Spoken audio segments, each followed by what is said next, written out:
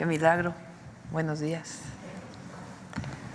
Buenos días. Hoy vamos a platicar sobre la Secretaría Anticorrupción y de Buen Gobierno que encabeza Raquel Buenrostro. Nos va a explicar qué cambios tiene al pasar de la Secretaría de la Función Pública a Secretaría Anticorrupción y de Buen Gobierno.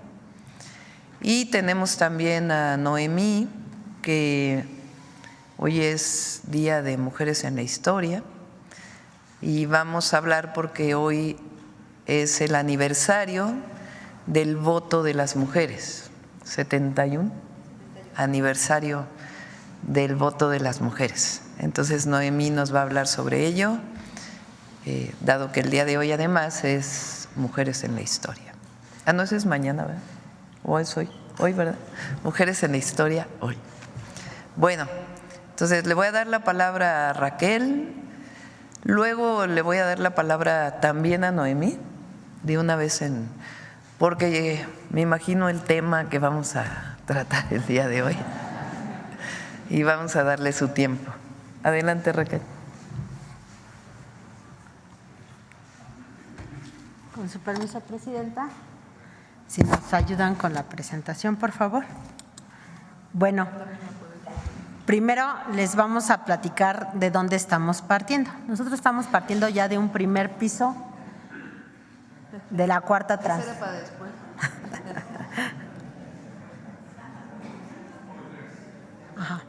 Bueno, estamos partiendo de un primer piso ya de la cuarta transformación y queremos cambiar la mística, la vocación de la Secretaría de la Función Pública, algo que entienda todo el mundo, pero también que tenga un mayor impacto en la vida de todo el pueblo mexicano.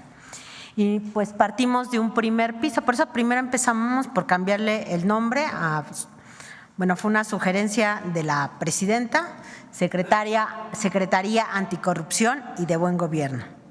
Entonces, la siguiente, por favor. La siguiente. ¿Dónde estamos y de dónde partimos? Partimos ya de un ejercicio que se hizo ya de empezar a separar el poder político del poder económico. ¿Eso qué significa? Que el gobierno, en lugar de estarse preocupando siempre por beneficiar a los grupos más poderosos, a los más ricos, está viendo por el bien del pueblo. Eso nos da una mística y una vocación diferente al gobierno, que es una vocación de servicio al servicio del pueblo. Ya no actuar como se actuaba antes, siempre favoreciendo a las clases más privilegiadas. Entonces ya tenemos un buen punto de partida porque nos va diciendo hacia dónde se tiene que orientar nuestro gobierno. Adicionalmente también tenemos un ejercicio público distinto, como lo es la comunicación directa por parte de, en este caso, de la presidenta, como esta mañanera del pueblo, que ayuda a que la gente esté mejor informada, que no tenga nada más la información que nos quieren desmenuzar los poderes económicos, sino que sea una información más abierta, más fluida y más transparente.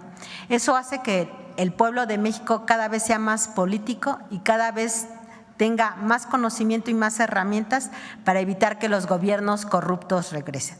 Darse cuenta dónde están los nichos o dónde estaban los nichos de corrupción y estos estarlos siempre vigilando y evitando. Entre las estrategias que se usaron, de las primeras estrategias que se utilizaron para ir abatiendo la corrupción fue la entrega directa de los recursos de los apoyos sociales. Esto permite varias cosas. Primero, elimina los intermediarios, que sin hacer nada pues llevaban comisiones, y una comisión pues, de todo lo que son los programas sociales es muchísimo dinero.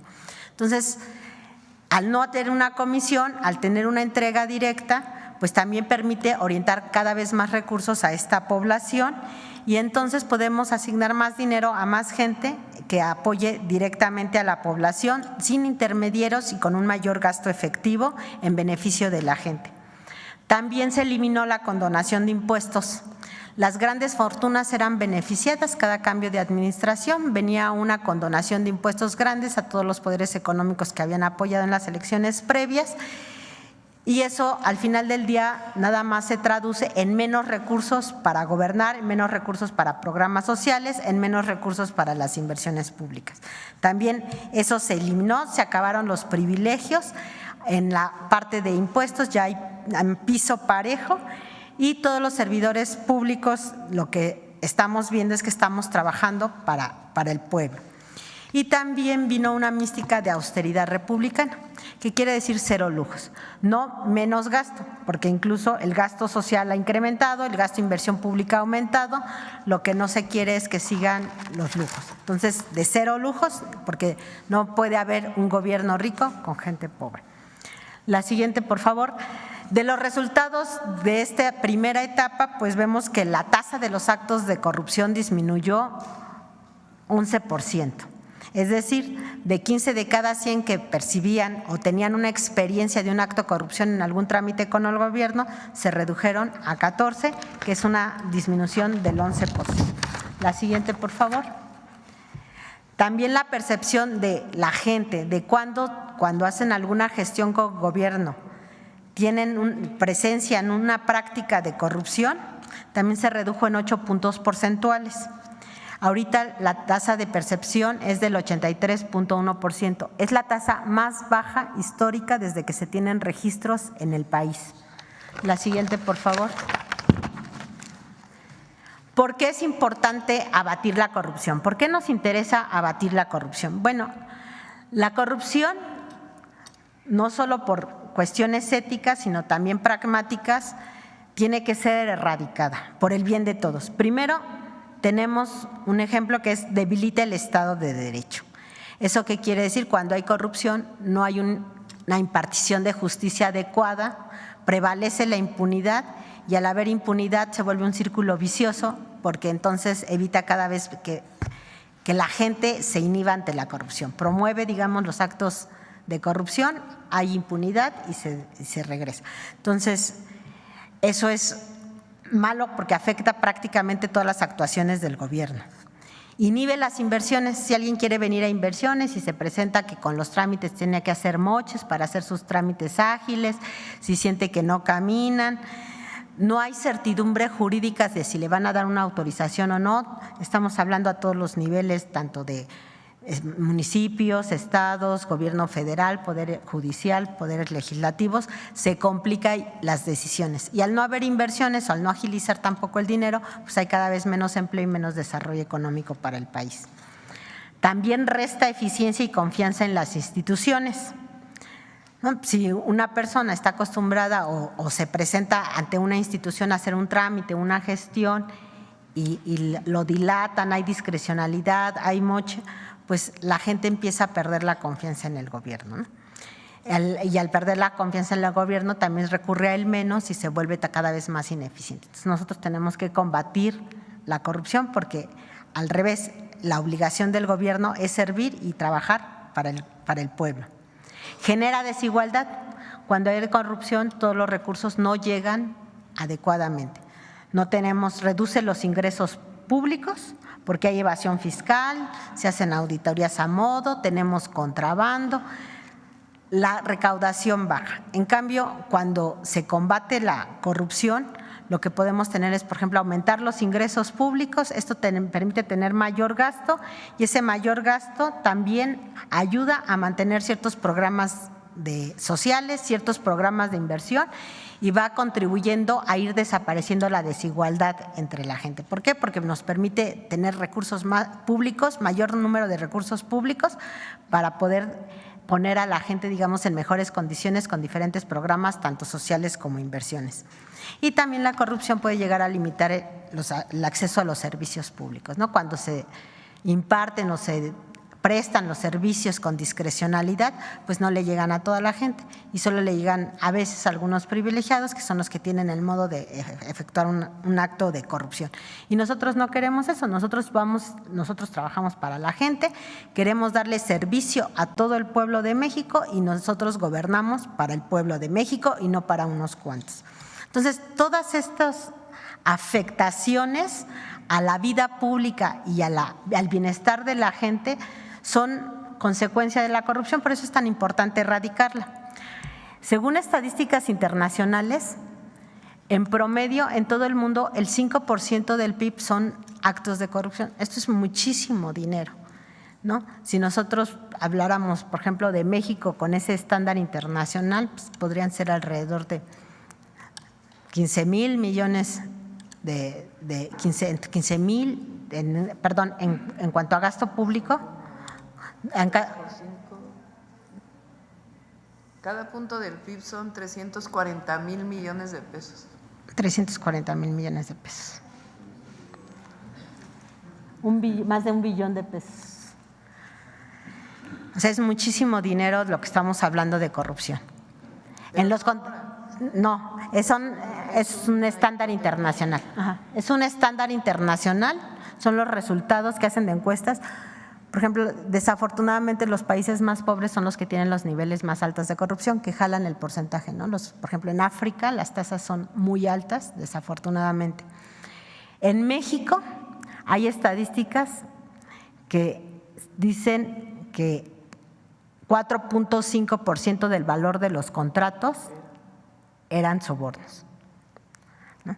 Entonces eso también da más o menos 15,000, viendo nada más el gasto público, digamos, los contratos son 15,000 millones de pesos. Si metemos también la inversión pública, pues serían unos 50,000 millones de pesos. Con eso se pueden hacer muchas cosas. El ir acabando con la corrupción, y ustedes lo vieron, permitió tener mayores recursos públicos.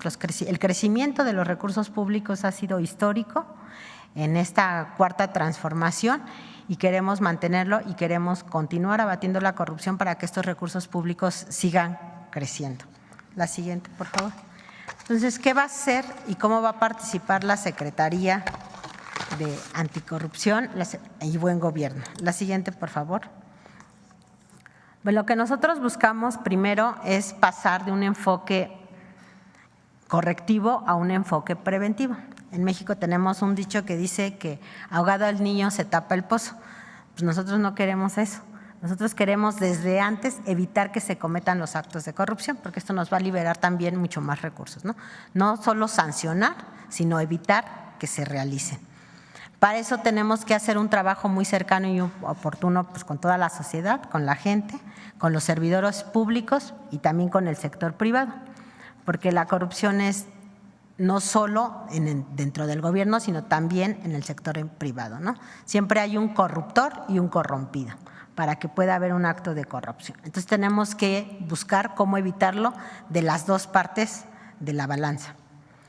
Y esta secretaría pues nos ayuda mucho a esa participación porque en el gobierno hay pocas secretarías que son transversales. ¿Qué quiere decir eso? Son secretarías que están vinculadas absolutamente con todas las dependencias del gobierno, que tienen que ver con todas las secretarías, con todas las entidades, pero no solo con las del Ejecutivo Federal, sino también con los estados, con los municipios, y también tenemos la relación con el Legislativo a través de la Auditoría Superior de la Federación. Entonces, es una secretaría que tiene un alcance, digamos, normativo y de supervisión amplio y que puede participar en todas las secretarías y entidades. La siguiente, por favor. Y esto nos lleva a establecer cuáles son los pilares que va a tener esta secretaría.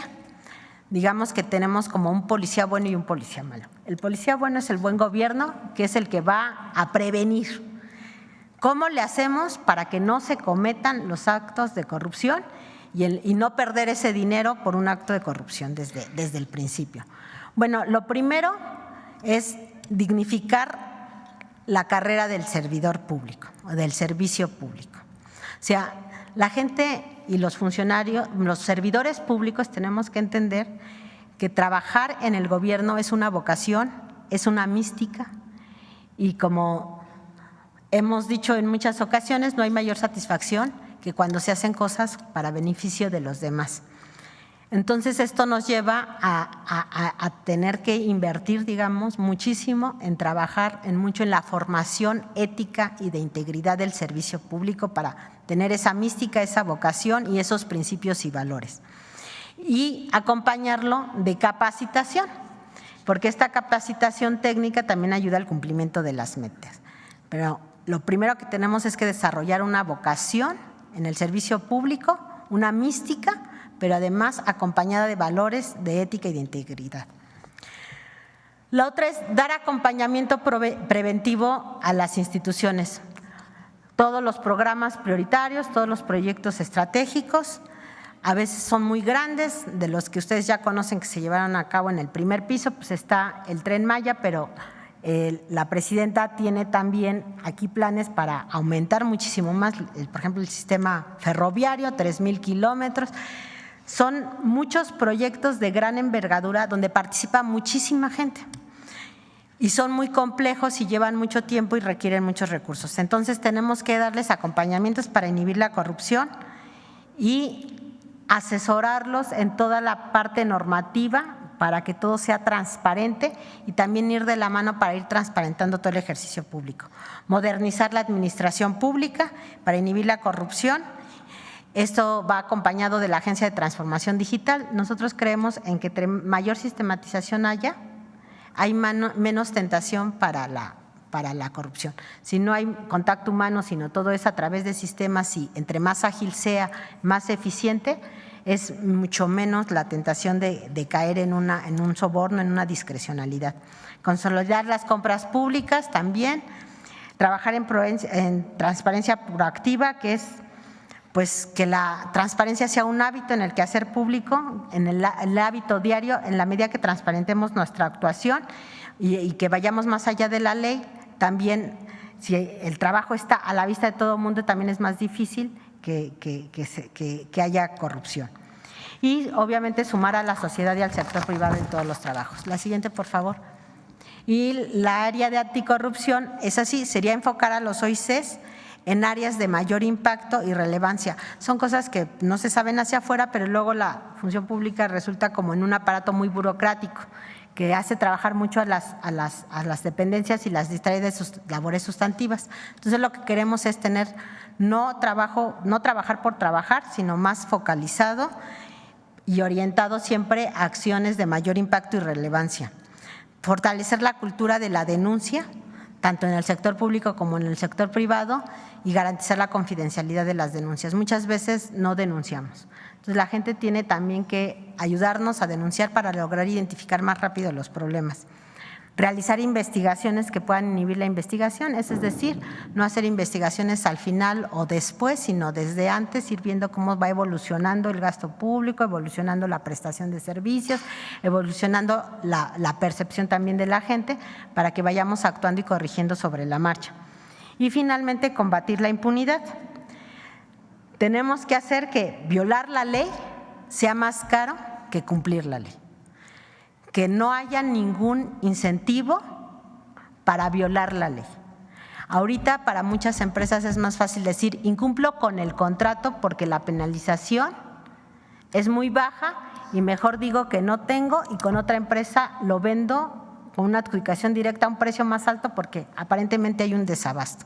Entonces tenemos que hacer mecanismos legales, jurídicos, con certidumbre, donde violar la ley sea más caro que cumplirla. La siguiente, por favor. La siguiente. Y en estos primeros días que estamos trabajando, pues un encargo que nos dio la presidenta es trabajar junto con la Consejería Jurídica, con la Subsecretaría de Egresos de la Secretaría de Hacienda y trabajar en una reestructura de la administración pública, donde lo que se busca es una organización más eficiente, es decir, dadas las metas que tenemos como gobierno, cómo podemos organizarnos para alcanzarlas de manera más eficiente y más expedita y muy orientada a los resultados. También vamos a llevar la parte de acompañamiento. Ya en los primeros días ya nos han instruido el acompañamiento ya a proyectos como el Tren Maya, el sector salud, seguridad alimentaria y entre otros. ¿Y cuál es la idea? Lo que decimos es ir de la mano con el ejercicio público para que se vaya viendo que se vaya ejerciendo de manera transparente y eficiente. Tenemos en puerta modificaciones a la Ley de Adquisiciones y a la Ley de Obras, que nos da agilidad en el proceso de adjudicación de contratos, en los fallos, pero además genera nuevos mecanismos. Estos nuevos mecanismos son eficientes y más competitivos. Se están incorporando, por ejemplo, las subastas, es decir, que empiecen las pujas para que los precios no sean el primero, sino se empiecen a bajar y poder tener beneficios. Ya hemos hecho algunos ejercicios y hemos logrado ahorrar hasta un 70%, bajar el precio cuando se hace una subasta. También está el mecanismo de ofertas subsecuentes de descuento, que funciona de manera similar, o desarrollo de proveeduría muy específica. Por ejemplo, en el sector salud estaba muy cooptado por los prestadores de servicios integrales de salud, donde el intermediario era el que se llevaba toda la ganancia, los equipos, que son lo que realmente es más caro, que son los fabricantes, pues no tenían acceso directo, digamos, al gobierno, no vendían de manera directa, y el intermediario captaba todo el recurso y el servicio que prestaba el gobierno se elevaba muchísimo.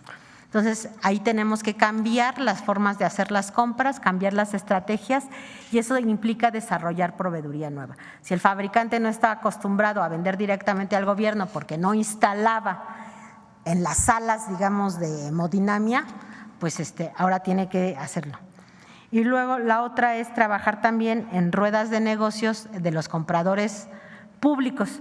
Nosotros también, como compradores públicos, como gobierno, también apoyar a las pequeñas y medianas empresas y a las empresas sociales. Estos son, por ejemplo, las cooperativas. Otro tema de intermediarismo, por ejemplo, son las empresas que hacen servicios de limpieza, las empresas que proveen papelería, etcétera. Entonces, ver cómo le hacemos para que participen más las MIPYMES y no tener esos intermediarios que acumulan y que son los que acumulan la rentabilidad, y las pequeñas empresas, que son las que dan 7 de cada 10 empleos, pues tienen las rentabilidades menores, o las cooperativas u otro tipo de empresas. Y una queja, una solicitud de información que ha sido muy recurrente en estos primeros días de gobierno y muy reiterativa, es las quejas sobre la información histórica de Compranet.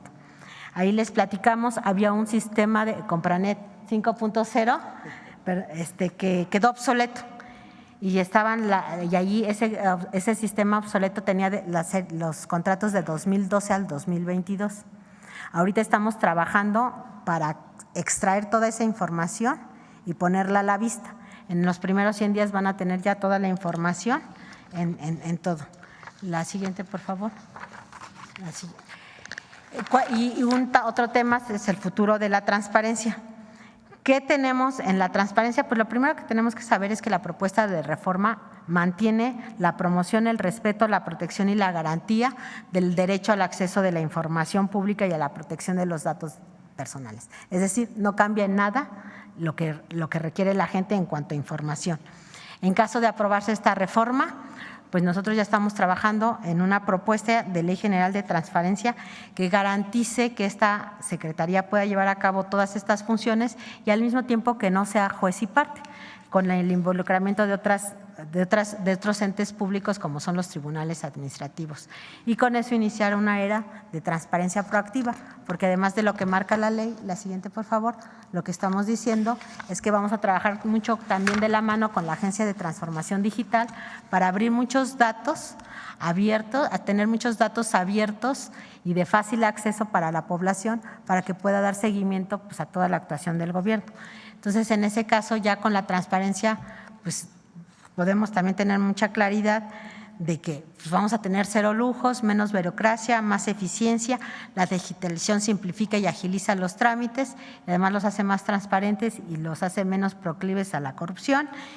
Y lo que también va a ayudar, si nosotros tenemos una transparencia en la información, una mejor rendición de cuentas y una mayor confianza de la sociedad. La siguiente, por favor. Y por último, pues nada más decir que a dónde vamos o qué pretendemos con todas estas actuaciones, pues es incorporar en principio a la sociedad en la lucha contra la corrupción. Si no se involucra la sociedad, podemos caer en otros gobiernos, regresar al pasado. Entonces, para evitar regresar al pasado, tenemos que trabajar juntos en esta lucha contra la corrupción. Esto nos lleva a mejorar los servicios públicos y de atención que reciben las personas. Con todas estas acciones preventivas, lo que buscamos es cerrar la puerta a la corrupción, cerrársela definitivamente y combatir la impunidad. Con todo ello y con un gobierno que sea íntegro, más eficiente y cada vez más cercano a la gente. Todo esto de la mano, y para eso ayuda también la transparencia, para que la sociedad y el pueblo sea involucrado y evalúe lo que el gobierno está haciendo. El pueblo manda y el gobierno es para el pueblo. Muchas gracias.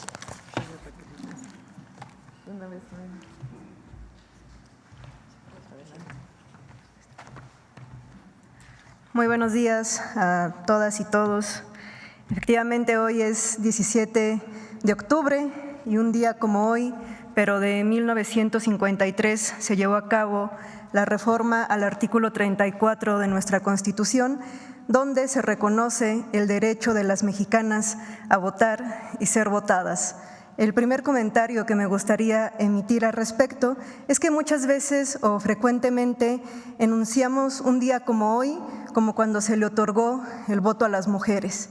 Y no fue una concesión, no se otorgó, no se concedió, sino que fue el producto de una lucha de decenas de miles de sufragistas mexicanas. Fue una lucha de décadas que terminó en la conquista de este derecho. Entonces, incluso en la forma de nombrarlo, es importante que dejemos de decir que se nos otorga o que fue una concesión, porque fue el producto de una conquista y fue el producto de una lucha que, como les decía, pues tuvo décadas de organización de distintas sufragistas y en distintas entidades. Y bueno, este derecho de estricta justicia, como lo enunció Ermila Galindo en su momento, pues tiene una larga trayectoria y les invito a ver esta cápsula para tener algunos nombres y algunos momentos claves de la lucha sufragista de las mujeres mexicanas. Las sufragistas fueron movimientos de mujeres que lucharon en distintos países para obtener el derecho al voto. En México, hace más de un siglo, en Las Violetas de la Náhuac, una de las primeras publicaciones feministas de México, se daba cuenta de los avances de la lucha sufragista en otras partes del mundo. Más tarde, en 1916, cientos de mujeres organizaron el primer Congreso Feminista en Yucatán. Ahí exigieron igualdad, educación y ciudadanía para construir, junto con los hombres, una sociedad basada en la democracia, la justicia y la igualdad. Un año más tarde, Ermila Galindo, colaboradora de Venustiano Carranza, promovió incluir el voto femenino en la Constitución política. Y aunque los señores congresistas no aceptaron su propuesta, se postuló como candidata a diputada, argumentando que el genérico masculino Ciudadanos incluía a las mujeres. Igualmente, fue excluida. Las mujeres yucatecas, fuertemente organizadas y ligadas al socialismo maya de Felipe Carrillo Puerto, sí lograron ganar espacios a nivel local. En 1922, Rosa Torre González se convirtió en la primera regidora de Mérida. Y en 1923, Elvia Carrillo Puerto, Beatriz Peniche y Raquel Sieb, las primeras diputadas del Congreso de Yucatán. La ola de las sufragistas mexicanas se extendió por el territorio. En 1925, Chiapas y Tabasco reconocieron la igualdad jurídica de las mujeres para votar y ser votadas. En 1936, se eligió en Chilpancingo, Guerrero, a Aurora Mesa, la primera mujer en presidir un consejo municipal. Ese mismo año, Puebla reconoció el derecho de las mujeres a ser inscritas en el padrón electoral. Más tarde, Refugio Cuca García fundó junto con otras mujeres el Frente Único Pro Derechos de la Mujer, en el que llegaron a participar 50,000 mujeres. En 1937 ganó una diputación federal por Uruapan, Michoacán, pero el colegio electoral le negó el triunfo. Protestó con una huelga de hambre de 11 días frente a la residencia presidencial de Los Pinos. Fue hasta 1947 que se publicó la adición al artículo 115 de la Constitución para otorgar el derecho de las mujeres a votar, pero únicamente en elecciones municipales. En 1952, Amalia González Caballero y Margarita García Flores emprendieron una gira por todo el país, con el fin de recabar la firma de más de 500,000 mujeres para hacer la petición formal de igualdad de derechos políticos. En abril, se organizó además una Asamblea Nacional Femenil en la Ciudad de México, en el marco de la campaña presidencial de Adolfo Ruiz Cortines. en la que participaron cerca de 20,000 mujeres que exigían el derecho a votar y ser votadas. Finalmente, el 17 de octubre de 1953 se publicó la Reforma Constitucional que reconoció la ciudadanía plena de las mujeres y su derecho a votar y ser votadas a nivel federal. Debemos a todas esas mujeres que durante décadas lucharon tenazmente que hoy tengamos un país más democrático, justo e igualitario, gobernado por primera vez en su historia por una mujer presidenta.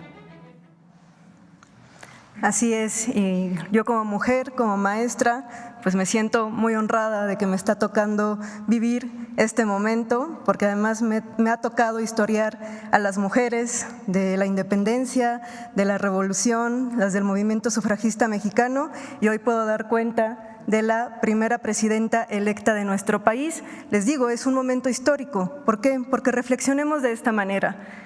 El 17 de octubre de 1953 se da esta reforma que reconoce el derecho de las mexicanas a votar y ser votadas. Va a ser hasta 1979 que vamos a tener a la primera gobernadora del país por parte de Colima. Vean cuánto tiempo tuvo que pasar. A partir de ese 1979, con esta gobernadora en Colima, hasta el año 2018 hubo 8 gobernadoras. Del 79 a 2018. El día de hoy vamos a terminar el año con 13 gobernadoras en nuestro país, 13 gobernadoras y la primera presidenta mexicana.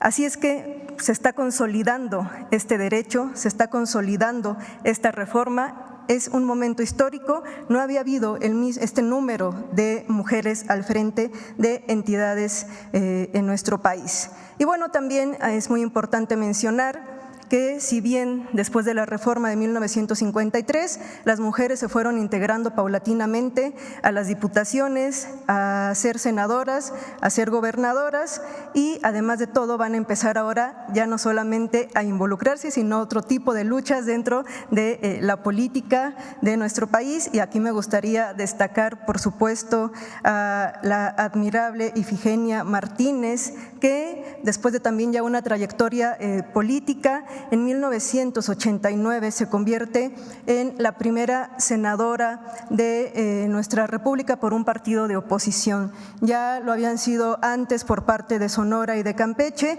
pero también es muy importante que mencionemos a estas mujeres que se fueron incorporando a la política por partidos de oposición, como años antes lo había sido Macrina Rabadán Santana por el estado de Guerrero en 1958.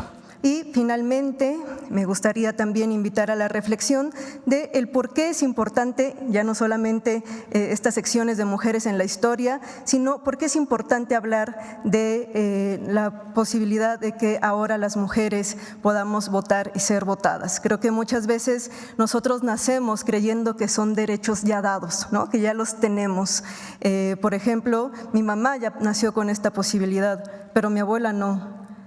Y el dar cuenta de que somos producto de la lucha de nuestras antecesoras hace que nos responsabilicemos de esos derechos, hace que los ejerzamos, porque nos damos cuenta de que no fue algo dado, fue algo luchado y fue conquistado, nos responsabilizamos de ellos y nos comprometemos con los derechos que todavía faltan por consolidar y que sean una realidad para todas las mexicanas. Estoy segura en este momento que Hermila Galindo, Elvia Carrillo Puerto, Refugio Cuca García, las miles de mujeres que conformaron el Frente Único Pro Derecho de las Mujeres, Esther Chapa, están muy orgullosas, muy felices, espero estén descansando cuando vean que se está volviendo una realidad por lo que ellas tanto se pronunciaron y lucharon de distintas maneras. Les voy a hacer también la invitación de que puedan consultar este libro que se editó el año pasado como parte del 70 aniversario de esta reforma constitucional. Está de descarga gratuita en la página del Instituto Nacional de Estudios Históricos de las Revoluciones de México. ¿Cuál es la importancia de este libro? Que contiene el archivo histórico de la lucha sufragista de las mexicanas. Pueden ustedes buscar su entidad, son los memorándums, oficios, telegramas, cartas que se estuvieron mandando a diputados, a los congresos para exigir este reconocimiento. Entonces es un material de descarga, vamos a también hablar más adelante de él, porque son casi 800 hojas lo que comprende el archivo de la lucha sufragista, que está alojado en el archivo histórico de la Cámara de Diputados. Entonces, esta es una selección, la pueden ustedes consultar de manera gratuita, y si quieren ver la firma en original de Elvia Carrillo Puerto, de Margarita Robles, pues es un muy buen material para que ustedes vean estas fuentes primarias y vean cómo argumentaban ellas este derecho de estricta justicia. Es cuanto, Presidenta, y es un honor. Bueno, muchas gracias, Raquel, muchas gracias, Noemí, y ahora sí vamos a las preguntas. A ver, por acá. Gracias, muy buenos días a todos y a todas. Juan Hernández de Yerobasta, Tabasco hoy, Campeche hoy, Quintana Roo hoy, de Grupo Cantón.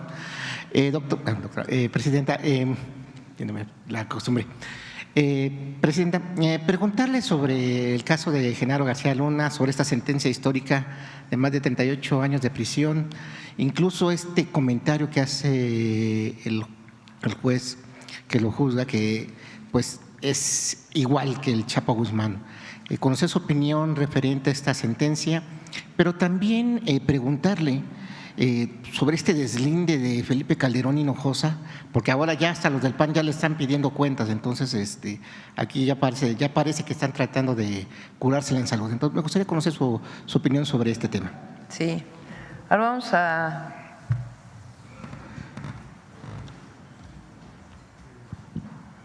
vamos a leer lo que el día de ayer el juez Brian Cogan en la Corte de Brooklyn sentenció a Genaro García Luna, exsecretario de Seguridad de Felipe Calderón, titular de la AFI con Fox y miembro en distintos niveles del CISEN desde finales de los 80s, lo sentenció a 38 años de prisión y $2 millones de multa. Y vale la pena, porque yo ayer dije y recibí críticas de algunos personajes, porque ayer dije, hubo una guerra contra el narco que declaró Calderón, expresidente que llegó a la presidencia a través de un fraude electoral y que para legitimarse declaró la guerra contra el narco y que puso al frente de esta guerra a un narcotraficante, así lo dije ayer. Me dijeron, ¿cómo dice eso la presidenta? Bueno, vean lo que dice el juez. Tiene usted esa misma neblina, esa mente nublada que el Chapo. Usted dice aquí que tiene más de 30 premios, que por cierto muchos de ellos fueron otorgados por agencias de Estados Unidos. Algunos dicen que fue policía del año, pero señor, esto no hace más que confirmar que fue su cortina de humo. Usted tiene una doble vida. Usted vestirá muy elegante, usted podrá decir que respeta la ley y seguro lo cree, pero su conducta es la misma que la del Chapo. Entre otras declaraciones que hace el juez que lee la sentencia. Vamos adelante. ¿Cuáles son los delitos por los que se le condenó? Participar en una empresa criminal continua, conspiración para la distribución internacional de cocaína, conspiración para distribuir y posesión con intención de distribuir cocaína, conspiración para importar cocaína y hacer declaraciones falsas.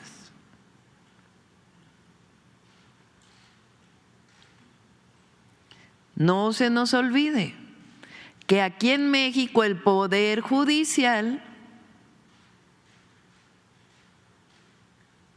ordena desbloquear cuentas bancarias de la esposa de García Luna. No se nos olvide tampoco que aquí el presidente López Obrador todavía la última semana de septiembre hizo una serie de declaraciones sobre este tema y entre otras dijo dónde están los recursos, porque si son de procedencia ilícita, ¿cómo es posible que se sigan utilizando libremente? Adelante. No se nos olvide las condecoraciones otorgadas a García Luna. En 2004 el FBI lo reconoció por las investigaciones y arrestos de fugitivos. En junio de 2005, la entonces titular de la Administración de Control de Drogas de Estados Unidos, la DEA, le entregó un reconocimiento por su valiosa colaboración en la lucha contra el narco. En abril de 2012, la CIA le otorgó un reconocimiento por su amistad, colaboración y apoyo durante su gestión como secretario de Seguridad Pública.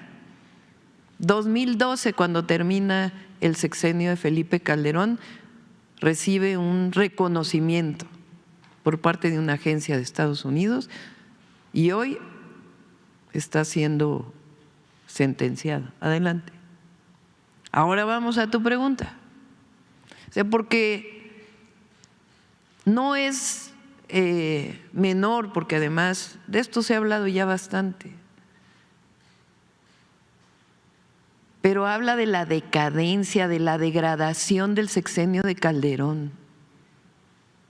Y después siguió, hasta que llegó la Cuarta Transformación. ¿Cómo es posible que al frente de una guerra declarada, primero, ¿cómo declara una guerra en su propio país? Guerra quiere decir permiso para matar, bajo condiciones de excepción. Y pone al frente de esa guerra a alguien que ahora resulta que durante 6 años no se dio cuenta. Enfrentar el crimen organizado fue una de las decisiones más difíciles de mi vida y puse ahí a Genaro García Luna y no me di cuenta durante 6 años que estaba coludido, al menos con el cártel de Sinaloa. Es que hay que decirlo con todas sus letras. Pero lo volvería a hacer. Es que el pueblo de México no se nos puede olvidar lo que ocurrió en ese sexenio. El verdadero enemigo de nuestro país es el crimen organizado que secuestra, extorsiona, mata ciudadanos, etcétera. Adelante. Mi política de seguridad tuvo aciertos y errores. Bueno, un pequeño error puso al frente de esa política de seguridad a un narcotraficante. Enfrentamos un enemigo poderoso que busca la captura del Estado, etcétera, etcétera. Adelante. Nunca tuve evidencia verificable que lo involucraba con actividades ilícitas. No he tenido acceso a las evidencias ni a los testimonios que se presentaron en el juicio. Bueno, perdón, ¿cuánto lleva el juicio? 5 años. Hasta ahora que hay sentencia, entonces hay una declaración. Soy partidario de quien infrinja la ley debe asumir las consecuencias. Adelante.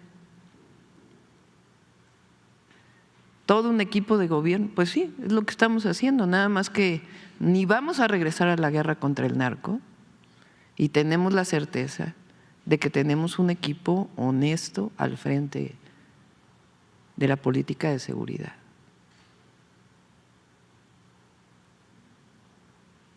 Vamos a ver nada más la gráfica de secuestros en el periodo de Felipe Calderón.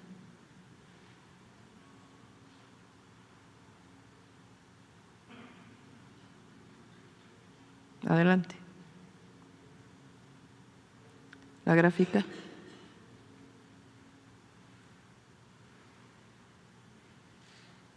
Y no se nos olvide el montaje de Florence Cassés. Vean nada más la gráfica de secuestros del periodo de Felipe Calderón, 2006 al 2012.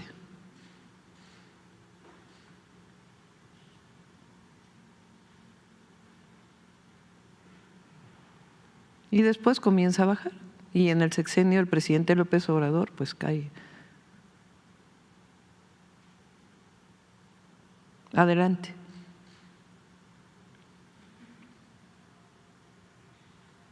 Adelante.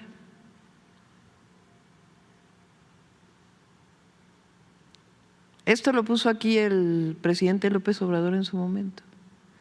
Es el libro de Sarkozy, expresidente de Francia, que dice: la relación de fuerza, bueno, vamos a ver, se trataba del papel decisivo que desempeñaba Genaro García Luna, el responsable federal de Seguridad Pública. La relación de fuerza entre ambos hombres estaba invertida. Era el mismo quien dictaba su voluntad al presidente y no al revés. Lo que sigue. Ya con eso. Se puede decir que el presidente… Entonces, ¿por qué digo esto? Más allá de los asuntos penales, porque no puede volver a suceder en México. 6 años de reivindicación de una política que se sigue reivindicando hasta la fecha, que llevaron un crecimiento exponencial de los secuestros, que se aceptaba que hubiera víctimas colaterales. Hoy se sabe que quien estaba al mando de esa responsabilidad, lo dice el juez que dicta la sentencia, no hay diferencia entre este personaje y el Chapo, un personaje reconocido por ser narcotraficante. Entonces, lo que no puede haber es hipocresía, porque ahora ya se deslindan unos cuantos del asunto. Que por cierto, el presidente del PAN es el que ahora dice que se reconozca el delito de crimen organizado como terrorismo, que justamente lo que busca es intervención. Pero ¿qué dice ese presidente del PAN sobre el cártel inmobiliario?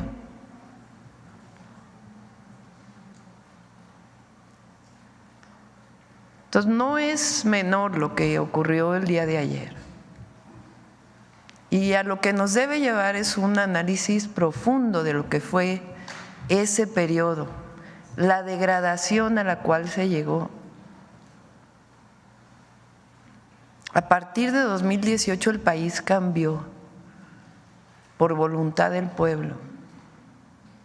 Y en el 2024 el pueblo nos dio su respaldo. Y pueden tener la certeza de que jamás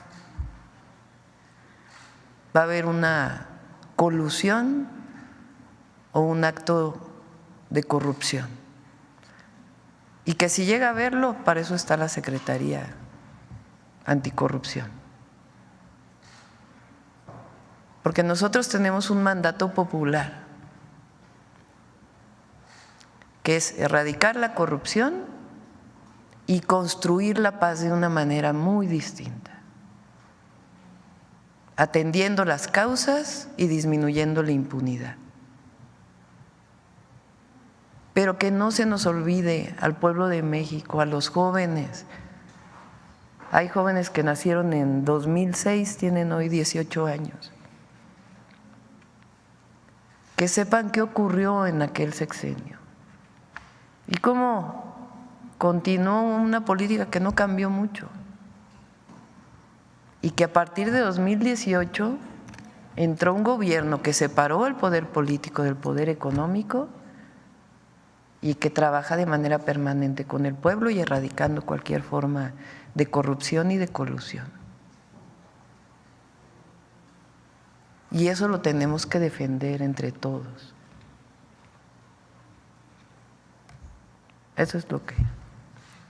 Bueno, muchas gracias. Y bueno, finalmente, con mi segunda pregunta, en los últimos días se ha intensificado y radicalizado las protestas de trabajadores del Poder Judicial. Incluso ya hay una ala radical que pues está a favor… Se me olvidó algo.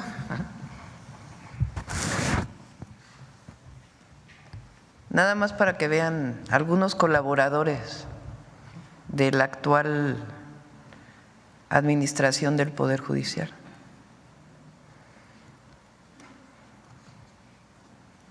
María Fernanda Casanueva de Diego, actual secretaria ejecutiva de la Administración del Consejo de la Judicatura Federal, quien fue directora general del Secretariado Ejecutivo del Sistema Nacional de Seguridad Pública con García Luna.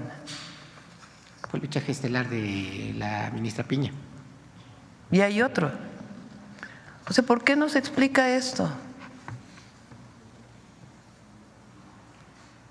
Porque nosotros hemos hablado de un régimen de corrupción y de privilegios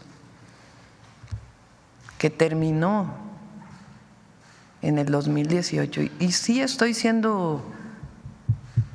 porque no podemos no decirlo.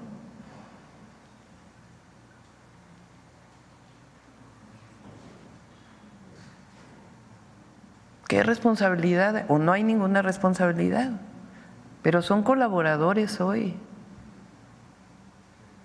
A lo mejor tienen que dar una explicación al menos al pueblo. Adelante, perdón. Sí, muchas gracias.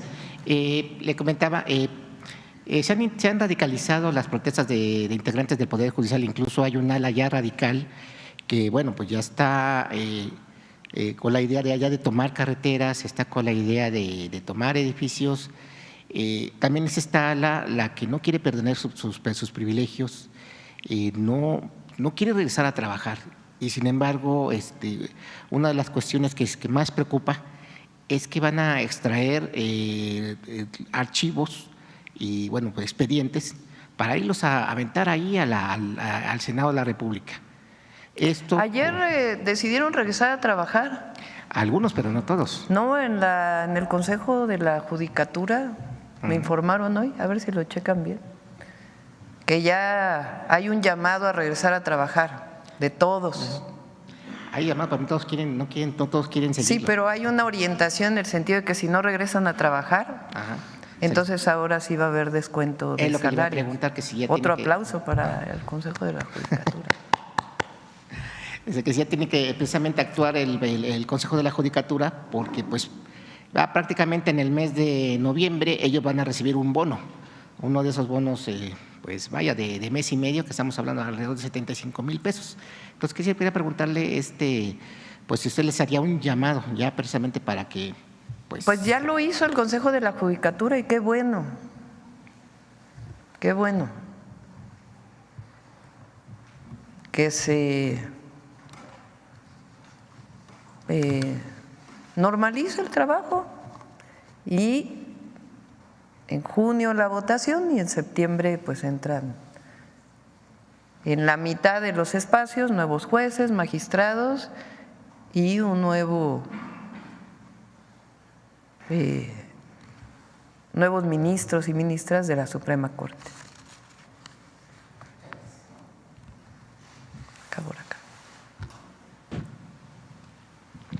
Gracias, buenos días, presidente. Arturo Pavón, del Chapucero y Efecto Colateral.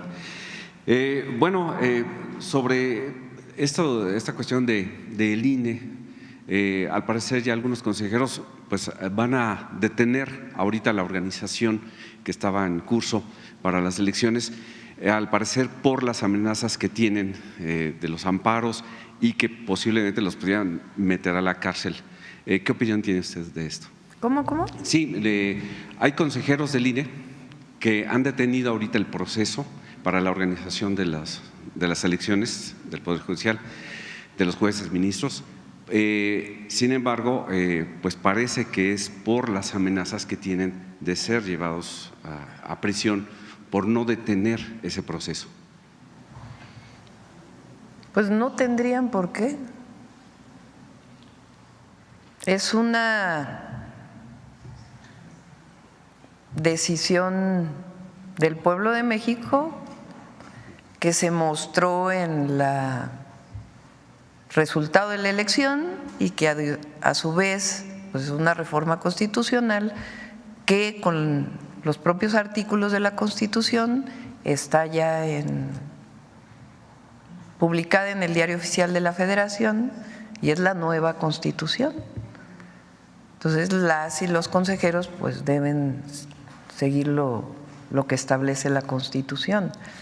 No hay ningún amparo, ya lo dijo el propio Diego Valadez, que pueda evitar que se lleve a buen término la elección.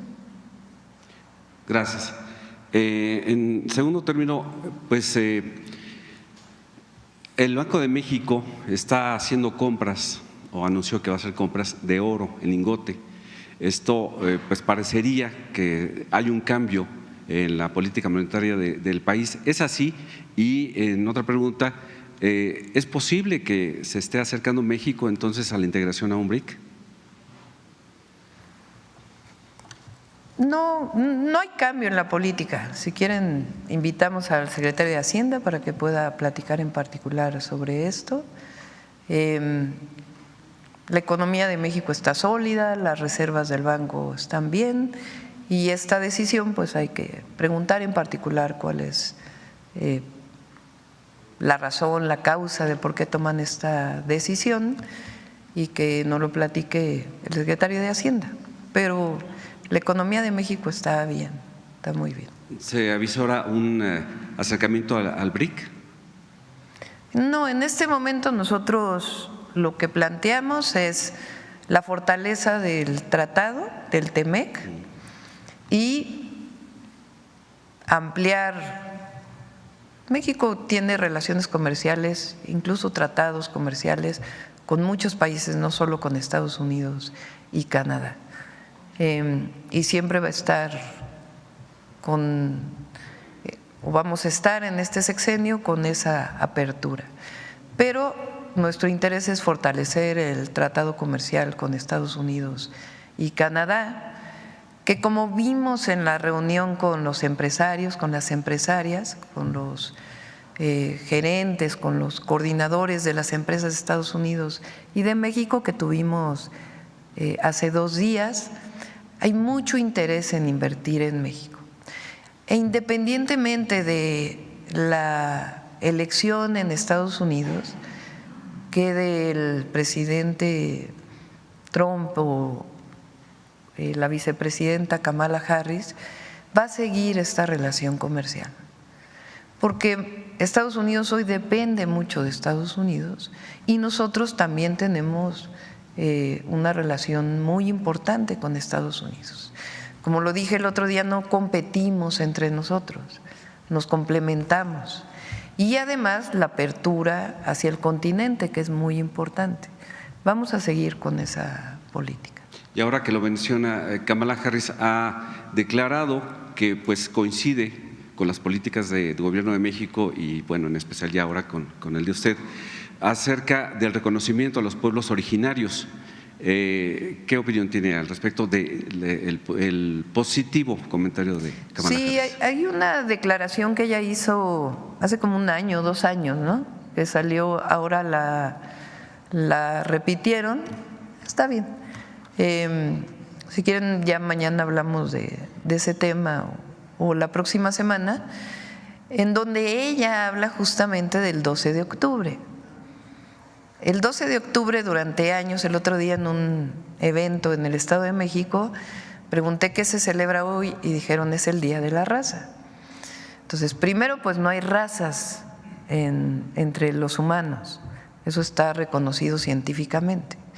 Hay orígenes étnicos distintos, pero no hay razas, no está caracterizado eso biológicamente. Y segundo, es esta idea de que hubo un encuentro de dos mundos amistoso que produjo el mestizaje. Y en realidad no fue así, y eso es lo que dice ella en su declaración. Hubo una invasión que trajo muerte, hubo una imposición de una religión, hubo violencia, hubo muerte por enfermedades, pero también por agresiones. Hace unos días me mandaron un artículo de, su nombre es Federico, es un, a ver si el que habló con nosotros el día de que le cambiamos el nombre al parque, Federico, se me olvidó ahorita su apellido, en donde discuten justamente si hubo genocidios, si hubo masacres. Es un especialista muy importante de los mexicas y de lo que significó Navarrete, exactamente, Federico Navarrete. Se los voy a pasar, es un artículo muy interesante. Y entonces ella recupera eso, dice, no fue un encuentro amistoso. Entonces, cuando nosotros hablamos del perdón de España hacia México, tiene que ver con eso, con reconocer lo que fue el periodo de esta invasión y la conquista y la resistencia de los pueblos.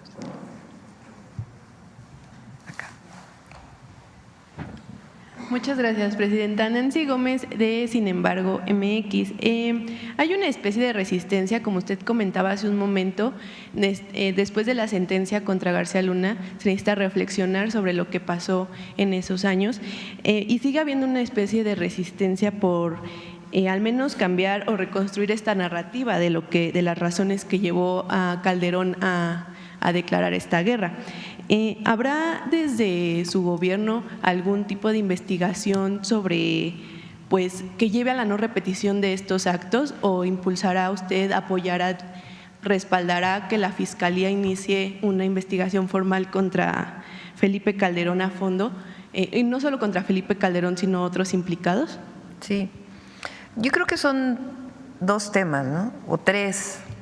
Uno, la propia determinación de hacer una guerra, que aunque digan lo que digan, se siguen viviendo sus consecuencias. Eso es lo primero, que todas y todos los mexicanos tenemos la obligación de revisar qué ocurrió, por qué se declaró y cuáles fueron los resultados. Dos, ese es un tema. Dos, poner a cargo de la Secretaría de Seguridad Pública a un personaje que ya tenía antecedentes y que hoy está sentenciado en Estados Unidos por tener nexos con el narcotráfico, con una declaración del propio juez que no distingue entre un narcotraficante y a Genaro García Luna. No es menor eso. Y tres, ¿sabía o no Felipe Calderón? Él dice que no, pues los invito a reflexionar si sabía él o no. Y después lo de si se le juzga o no. Entonces no vamos a entrar en eso. Lo que queremos es que no se olvide y a quienes representan y cómo tiene el cinismo, la hipocresía de decir que lo volvería a hacer. O sea, ¿cómo? Y luego su propio partido se deslinda Pero ese mismo partido llama a declarar terrorismo, para que nos entienda la gente. Cuando se dice eso es porque están buscando intervención extranjera en México. Pero ese mismo partido tiene muchos otros, ha tapado muchos otros delitos de estos mismos personajes, como el cártel inmobiliario. Entonces, ¿por qué lo digo tan abiertamente, porque es importante? Porque es importante que todas y todos, medios de comunicación, comentócratas, pueblo de México, académicos, todas y todos, después de esta sentencia y de la protección que en su momento tuvo García Luna, entonces llamo a la reflexión y también a que el pueblo de México vea dónde está el cinismo y la hipocresía. Porque México sigue caminando y por eso hubo una transformación en nuestro país. Porque eso de lo que habla es de una enorme decadencia. Entonces, más allá del asunto penal, por eso lo digo, el tema es ¿qué van a decir hoy en todas las mesas de análisis de los medios?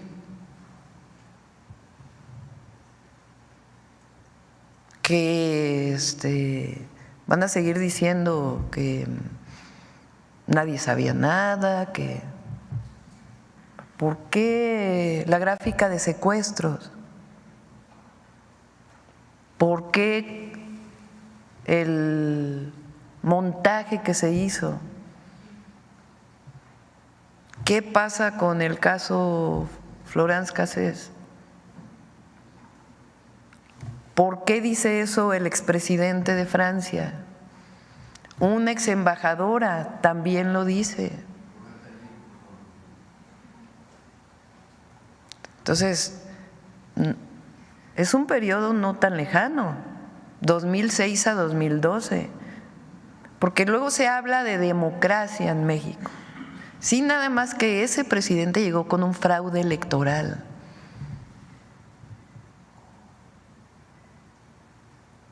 Entonces, es un llamado a la reflexión de todas y de todos, porque eso no puede volver a ocurrir en México.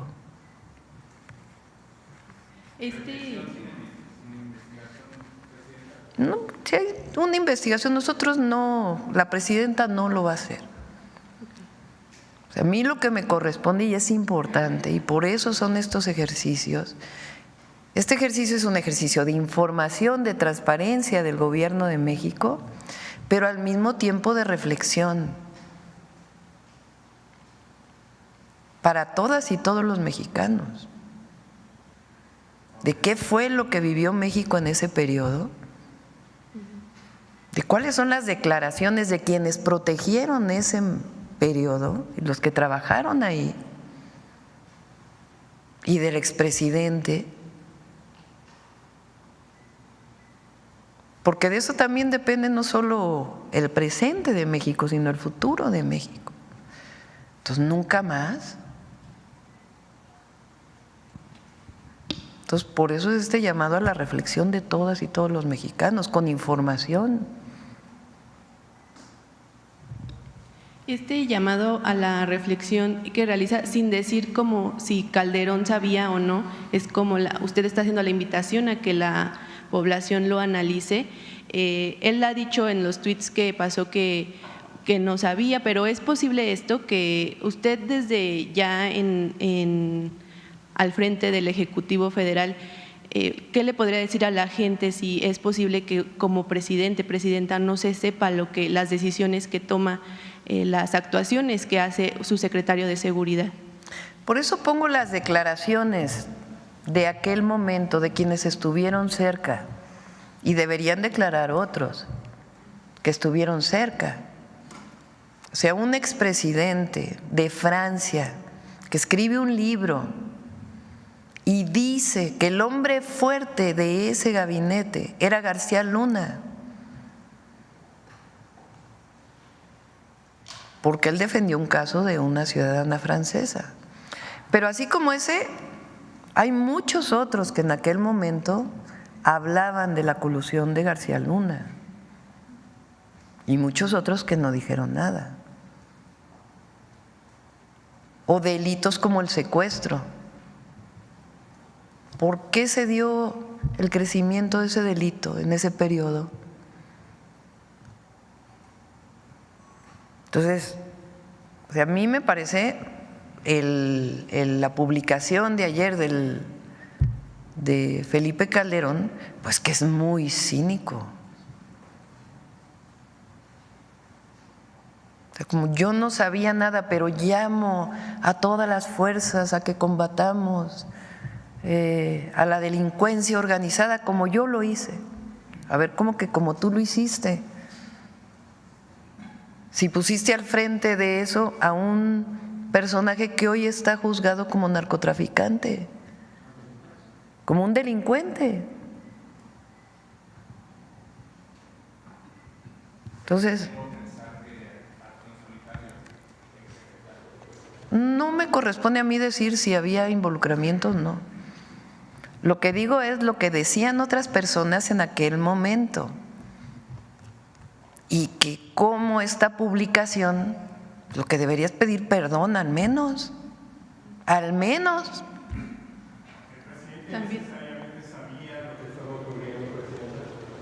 Ahí están quienes lo vieron, quienes hablaron con él. Entonces, lo que hay que llamar la atención es su publicación ayer, después de la sentencia y de 5 años de juicio. Y entonces él dice, yo no sabía nada, qué bueno que se aplique la ley, yo hice bien, ¿lo volvería a hacer? O sea, ¿cómo? ¿Cómo? O sea, ¿cómo lo volvería a hacer? ¿Volvería a poner a García Luna al frente? Porque eso es lo que dice. Dice, lo volvería a hacer. O sea, volvería a poner a García Luna al frente. Eso es lo que está diciendo. Y luego un llamado a que todos nos unamos para… No, a ver, perdón. Se hizo una política en el 2006 que fue sancionada por el pueblo de México en el 2018 y que fue ratificada en el 2024. Y nosotros tenemos una estrategia de seguridad que va a dar resultados y que tiene que ver con atención a las causas y aplicación de la ley, inteligencia, investigación. Pues no me corresponde a mí. Lo que sí creo es que ¿por qué lo saco el día de hoy? Porque él lo publica. Él haya sido como haya sido, llegó a la presidencia de México. Puso al frente de la Secretaría a este personaje. Y lo sentencias y él dice, volvería a hacer lo que hice.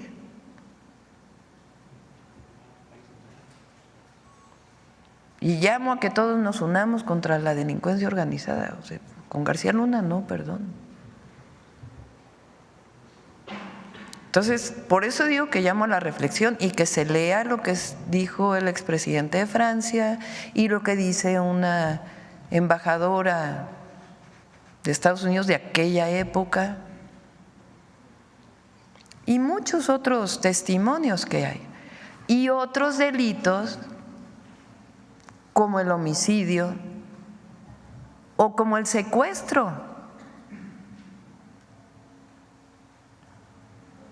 Entonces, lo que estoy diciendo es la publicación de Felipe Calderón, lo menos que podemos decir es que es de un cinismo terrible. Estoy hablando de la publicación, no me corresponde a mí, pero sí me corresponde llamar a la reflexión en nuestro país sobre lo que ocurrió, sobre esta sentencia y también, y tiene que ver con el Poder Judicial. Miren, ayer sale una publicación del embajador de Estados Unidos sobre un caso de 2 delincuentes. Están amparados. Desde 2011 se pidió su extradición. El presidente López Obrador insistió en la extradición. ¿Quién los tiene amparados para no poderlos extraditar? El Poder Judicial. ¿Qué hizo el Poder Judicial del 2006 al 2012? ¿Qué está haciendo ahora el Poder Judicial con delincuentes? ¿Por qué aunque estuvieron en paro hay liberaciones? Porque la construcción de la paz y la seguridad en nuestro país depende del Ejecutivo, de los ejecutivos, depende de las fiscalías y depende también del Poder Judicial. En una estrategia que tiene que ver con atender a las causas y cambiar el modelo y erradicar la corrupción, y al mismo tiempo la aplicación de la ley, el tan llamado Estado de Derecho. ¿Dónde estuvo el Estado de Derecho durante 6 años? ¿Debería la Fiscalía investigar al expresidente?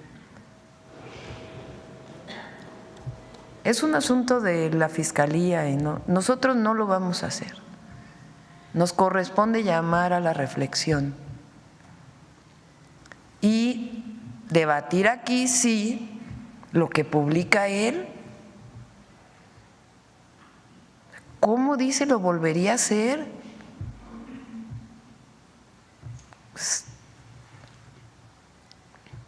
O sea, ¿cómo? ¿Volvería a poner a García Luna al frente? Esa es la pregunta. Y claro, él tiene que decir, él dice que no sabía. Bueno, mucha gente lo dijo. ¿Considera justa la condena? No me corresponde. No es, a mí me corresponde primero cumplirle al pueblo de México, gobernar cercana al pueblo y cumplir con los compromisos que hicimos con la gente y seguir construyendo la paz y la seguridad en nuestro país con un modelo completamente distinto al de aquella época y que no haya ninguna colusión como en aquella época que hoy fue demostrado. Nada más ya para terminar, al inicio mencionaba al expresidente Vicente Fox también, que tuvo a Genaro García Luna como parte de su equipo. Él también tendría que dar explicaciones sobre esto y su crecimiento dentro de la policía, de la seguridad pública federal. Y en otro tema, Presidenta, desde el 4 de octubre está desaparecida la activista Sandra Domínguez en Oaxaca y su esposo. Entonces, no sé si tenga alguna información o que se sepa de este proceso de búsqueda, lo que nos pudiera informar. Muchas gracias. Sí, están trabajando en la búsqueda. La Secretaría de Seguridad Ciudadana, la Fiscalía Estatal y todas las fuerzas que se requieren para poderla encontrar. Sí están muy al tanto y se está buscando. Yo me refiero a Calderón, primero por el tema de la guerra contra el narco, y Fox también tendría que explicar por qué lo contrató, pero el tema es la publicación de ayer. No sé si coinciden conmigo. Ahora vamos a poner a votación.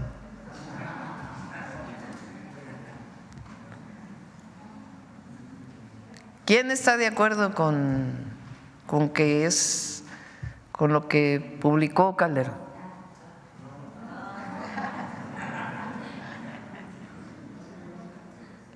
Bueno, ya niego la otra votación.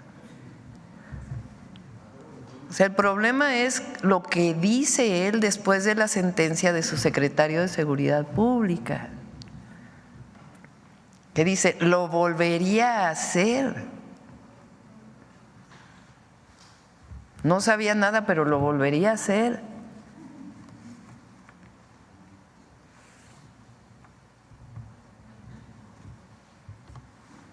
Bueno, ¿quién más? Gracias, presidenta. Karen Ballesteros, de Canal 11. Insistir en el tema de García Luna. ¿Cree que esta sentencia da un poco de justicia a todas las víctimas que dejó la guerra contra el narco desde 2006 hasta 2012 y, bueno, las consecuencias que vivimos hasta ahora? Pues en parte sí, no todo, obviamente. Pero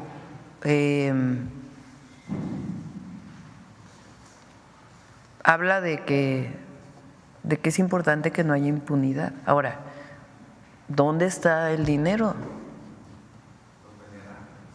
Sí, vamos a seguir. Porque hubo recursos de procedencia ilícita y repito, alguien que le regresa los recursos a la esposa. ¿Cómo sabemos que no son de procedencia ilícita? Una vez que él está sentenciado.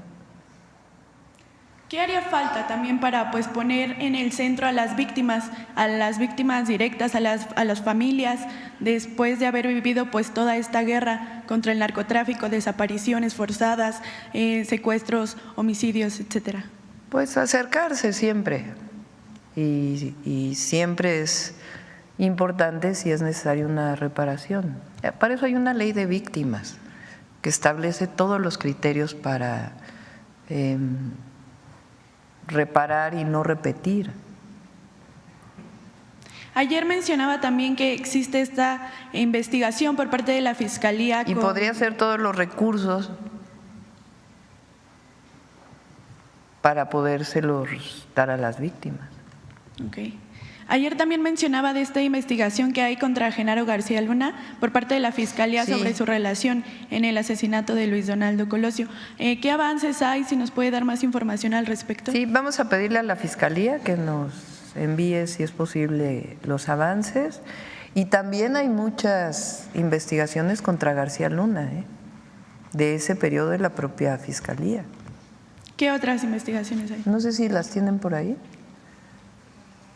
Las investigaciones que hay de la Fiscalía General de la República contra García Luna en México. Hoy las presentó Rosa Isela. Por último, ayer tuvo esta reunión con el gobernador de Jalisco. ¿Qué acuerdos se llegaron? ¿Ya hay alguna fecha programada quizá para que el Gabinete de Seguridad también visite este estado? Sí, hablamos de varios proyectos que hubo colaboración de el presidente López Obrador con el gobernador Alfaro.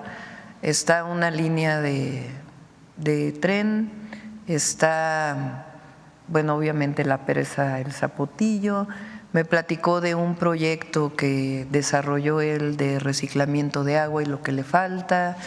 Habló de la importancia del mantenimiento de carreteras en Jalisco. Hablamos esencialmente de los proyectos.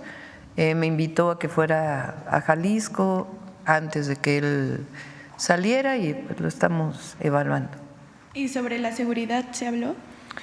Hablamos él me presentó una serie de gráficas de reducción del delito en Jalisco y me pidió poder ver al secretario de Seguridad. Le planteé que sí. Pero sobre todo giró en torno a estas obras públicas tan importantes que se hicieron con recursos federales. Acá. Aquí, y luego vamos. Bueno. Gracias, presidenta. Soy Wu Hao de la agencia de noticia Xinhua. Tengo dos preguntas. Primero, sabemos que México es la segunda economía de América Latina y también un mercado emergente muy importante del mundo. Y estamos muy cerca a encuentros multilaterales como APEC y G20. ¿Usted considera ir a esas ocasiones personalmente? Y usted y Gobierno de México, ¿qué plan o qué iniciativa llevarían para estas ocasiones? Sí, estoy considerando ir al G20, todavía no tomo la decisión. Lo he explicado aquí varias veces, es porque acordamos con el presidente de Alemania tener un encuentro con empresarios el 19 de noviembre y el 20 de noviembre tengo que estar en México por ser una celebración en México, y en todo caso estoy viendo la posibilidad de ir 18 porque creo que empieza el 17 en la tarde. Entonces esa es la razón por la cual estoy todavía valorando los tiempos, y nuestra posición tiene que ver con la política exterior en México siempre, que es la búsqueda de la paz, que hoy en México nuestra posición como México sigue siendo fundamental en ese sentido, y más por lo que está viviendo el mundo, y al mismo tiempo con la relación que tiene México con todos los países, y hoy como economía número 12 del mundo, que está incorporada a un tratado comercial con Estados Unidos y Canadá, pero que tiene relación con todos los países del mundo. Y la segunda pregunta, en su política exterior, ¿cómo evalúan la cooperación con China, especialmente en temas de energía renovable, intercambio culturales y también temas como comercio e inversión?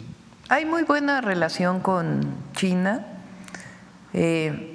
Digamos que lo que no hay es un tratado de libre comercio, entonces hay una relación comercial, pero hay muy buena relación con China, y nuestra relación a través del tratado comercial con América del Norte, que tiene pues una serie de limitantes frente a lo que dice el tratado, pero es una muy buena relación cultural, comercial y de todo tipo.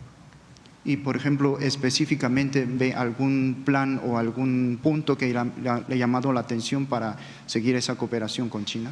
Pues hay que platicar con China, con su embajada.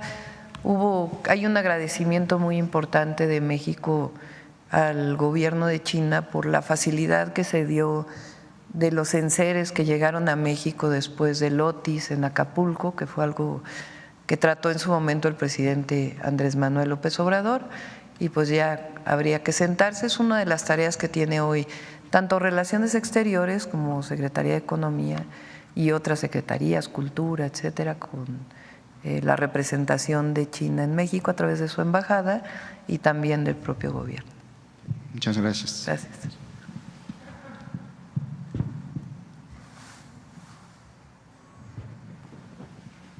Buenos días, Presidenta. Jordana González, de Ruido en la Red.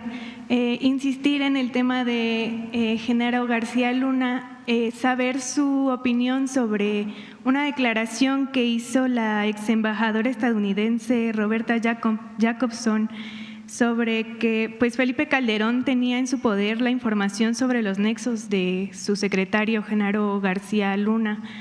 Y pues que no hizo nada, que incluso el gobierno estadounidense tenía información, y pues ella textualmente dijo: conocíamos las andanzas de García Luna, pero debíamos trabajar con él. Pues ahora sí que sin comentarios, ¿no? O sea, es muy relevante esa declaración, y también de los premios que se le dieron en Estados Unidos en el 2012, un reconocimiento,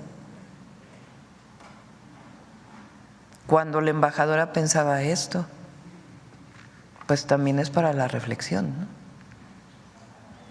Y en una segunda pregunta, pues sobre el expresidente Felipe Calderón, en este contexto, hay una investigación en curso contra Felipe Calderón en la Corte Penal Internacional por crímenes de lesa humanidad cometidos durante su sexenio.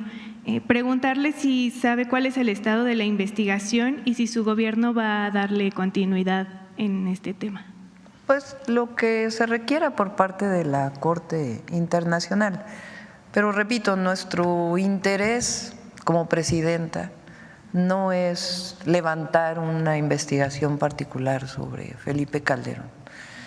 Que nos interesa, sí, más allá de lo que haga la Fiscalía, que es autónoma o lo que sea, pero nuestro interés no es ese, sino que sigamos, o sea, que no se nos olvide y que no que reflexionemos sobre su declaración. ¿Qué significa esa declaración? Porque es un expresidente que llegó con el haya sido como haya sido, pero es un expresidente que llevó a la guerra contra el narco, que puso al frente de esa guerra a una persona que está hoy sentenciada y que ese mismo día hace un comunicado que dice lo volvería a hacer. Eso es lo relevante. ¿Cuánta hipocresía? Y después un llamado a que trabajemos juntos. Y bueno, en una tercera pregunta, en otro tema, en Chiapas se han fortalecido grupos criminales como el Cártel Jalisco Nueva Generación y ahora amenazan con atacar bases zapatistas porque disputan su territorio. El Ejército Zapatista de Liberación Nacional emitió un comunicado ayer donde denuncia que hombres con armas largas ingresaron a su comunidad para exigirles se retiren. Saber si hay algún tipo de prevención para evitar el desplazamiento de comunidades zapatistas en Chiapas y evitar enfrentamientos entre los zapatistas y los cárteles. Sí, se está trabajando con el actual gobernador por parte del Gabinete de Seguridad y también con el gobernador electo. Y estamos trabajando en una estrategia de protección a las comunidades y de construcción de la paz.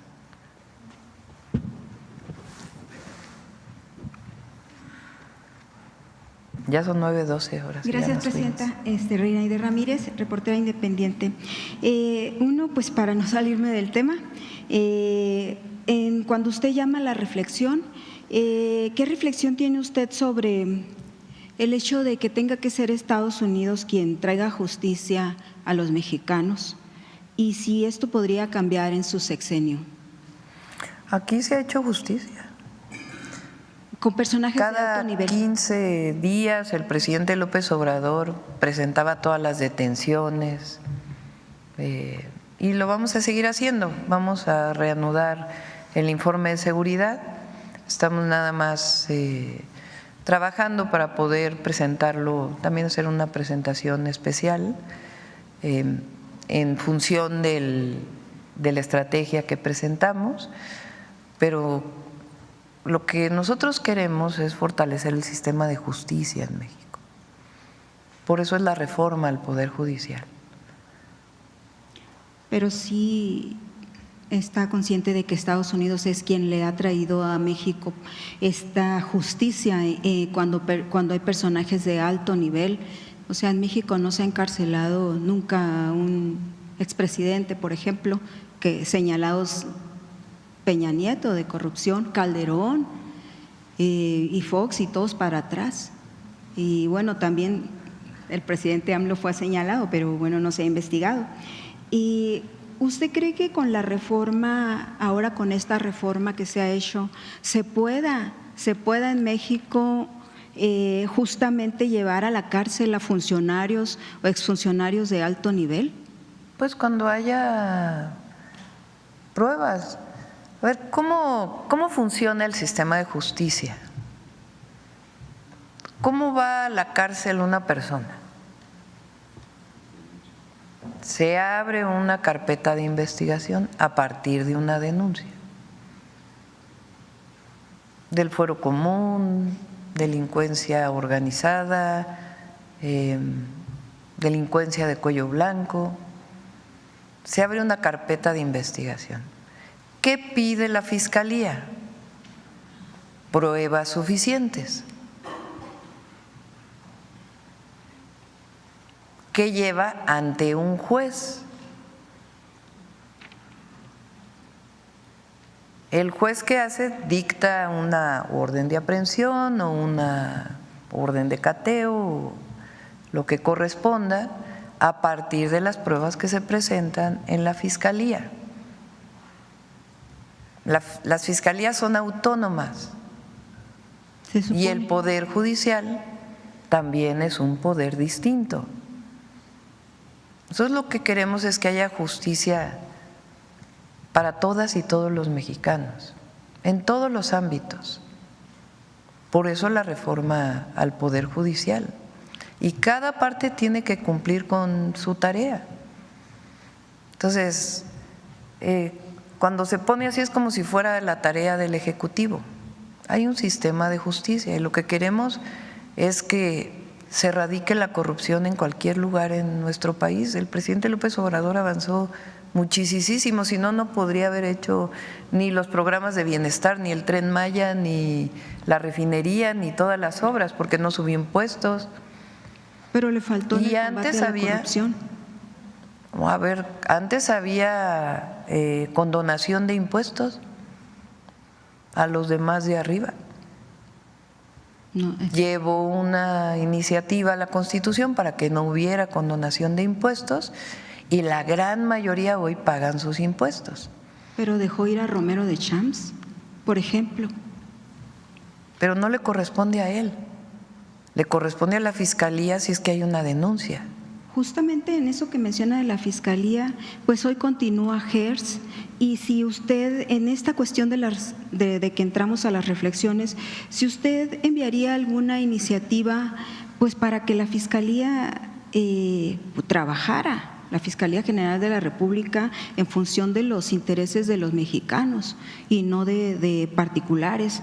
Por ejemplo, si se podría alguna iniciativa para elegir al procurador, que sean y no dependa de grupos de interés o de gobiernos o de funcionarios públicos. Hemos hablado de que terminando la aplicación de la reforma al Poder Judicial hay otros temas que se tienen que discutir en México, entre ellos pudiera ser ese, no necesariamente, pero pudiera ser.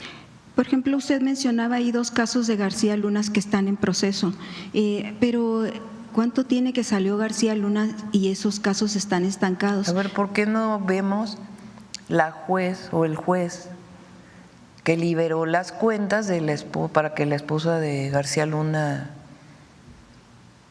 Sí, es que todo el sistema de justicia está amañado y no nada más es el Poder Judicial, empieza desde abajo, desde el que te tiene, desde el Ministerio Público, los defensores de oficio, los jueces de primera instancia, y así hasta que llegan pues a lo que tenemos hoy en México y que finalmente no repercute en justicia para los mexicanos y que muchos, se habla de una impunidad del 99%, casi el 100% de impunidad en México, con gente de alto nivel, funcionarios públicos que no son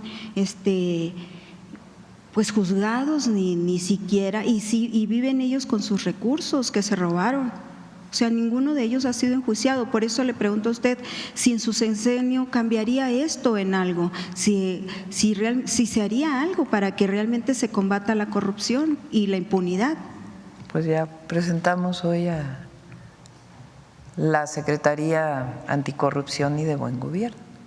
Menciona usted también que se invitaría a la sociedad a participar en este nuevo sistema para que ¿cómo sería la participación de la sociedad? ¿Le pediría a usted que le ayuden a detectar casos de corrupción en el gobierno y que los denuncien y le digan, así como se les pidió que les avisaran de las mentiras que encuentran en redes o en medios? Es lo que planteó Raquel. ¿Eso se va a hacer? ¿Van a poner algún correo o algún sistema? Ya existe.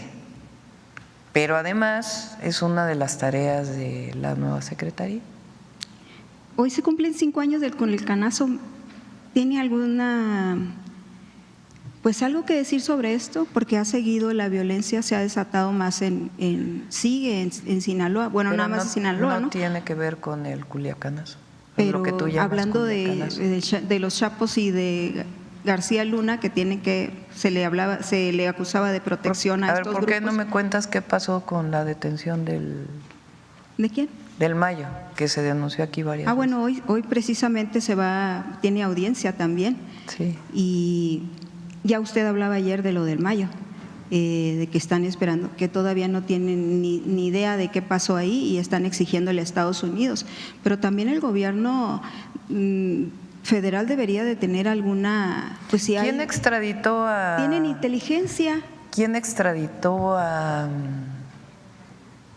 a uno de los hijos de uno de los narcotraficantes de Sinaloa.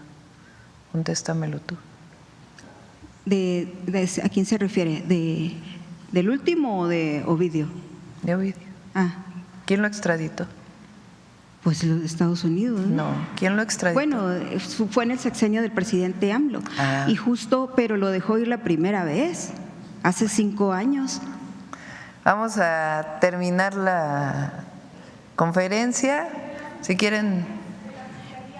Nada más, presidenta, las investigaciones de la Fiscalía contra García Luna. Presidenta, en Cajeme hay un muchacho, hablaba usted de las aplicaciones, hay un muchacho de una aplicación que manejaba un Uber que está desaparecido en Cajeme. Saber si a usted le ha reportado de este caso en las reuniones de la mañana. Dánoslos de todas maneras. ¿Y qué se está haciendo? Es Jesús Enrique Contreras. Pásanos el caso. Está en el… ¿Tiene usted se le mencionó este caso en la… Lo tiene la Secretaría de Seguridad, pero de todas maneras recibimos la información. Ayer hicieron la familia una manifestación para buscar ¿por qué no lo están buscando? Porque la Fiscalía dicen Pásanos ellos que el no caso sé. y con gusto lo vemos. ¿Y tiene entonces algo sobre lo que pasó hace 5 años en Culiacán? ¿Sí, algún compromiso? Se detuvo después y se extraditó. O sea, es que no se puede aislar nada más el caso hace 5 años, sino qué pasó después. ¿A los sinaloenses algún mensaje? Vamos a trabajar con el pueblo de Sinaloa, siempre, y tenemos una estrategia de seguridad que va a funcionar. Lo que no va a haber es guerra contra el narco, eso sí no va a haber. Y tampoco la colusión que hubo y que fue demostrada ayer por un juez de Estados Unidos en el gobierno de Calderón. Ahora vamos a ver las… Gracias. Pero las denuncias, ¿no vienen ahí concretas? Si quieren mañana se las pasamos. El día de hoy vamos a estar esencialmente aquí, en reuniones internas. Mañana vamos a Tabasco, el sábado a Campeche y el domingo a Yucatán. Gracias a todos y a todas.